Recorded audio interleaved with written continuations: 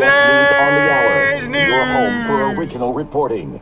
I'm Matt Piper in New York. She calls herself an independent jurist. The latest Supreme Court nominee is fielding questions from senators, responding to one that judges are not policymakers.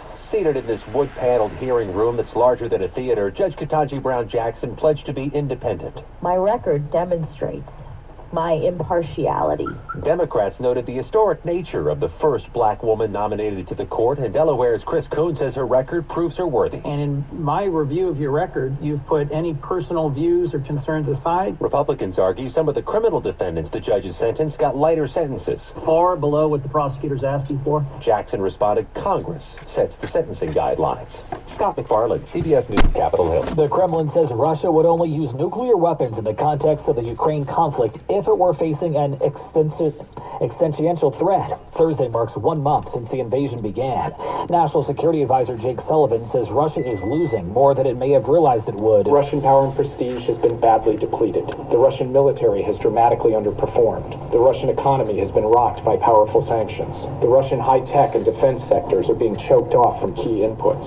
And Russia is a pariah in the international community. Another day of warnings, this time from the FBI, that Russia could be targeting the U.S. for cyber attacks. CBS's Nicole Skanga says the threats are aimed at the energy sector. The FBI has warned the U.S. energy sector about suspicious cyber activity. Russian IP addresses likely in the early stages of reconnaissance, scanning networks for vulnerabilities for use in potential intrusions on critical infrastructure. Parts of Mississippi and Louisiana are bracing for severe weather, the same system that hit Oklahoma and Texas last night. Step one in the cleanup effort is clearing fallen trees. Neighbors with chainsaws are going door to door trying to help as many as possible. Shelby Blades is hopeful they'll get to her house soon. We don't have power to turn on any saw or anything to chop the tree, so I don't know. We're going to have to improvise. The roofs have been ripped from many of the houses along the path of the tornado that plowed through Whirlwind Trail in Round Rock. Homeowners like Billy Dame are trying to remain positive. But once we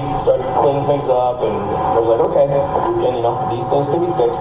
Chris Fox for CBS News, Round Rock, Texas. Utah's governor becomes the latest to veto a transgender sports ban. Spencer Cox becomes the second Republican governor behind Indiana's to overrule state lawmakers who have taken on youth sports over how Americans view gender and sexuality.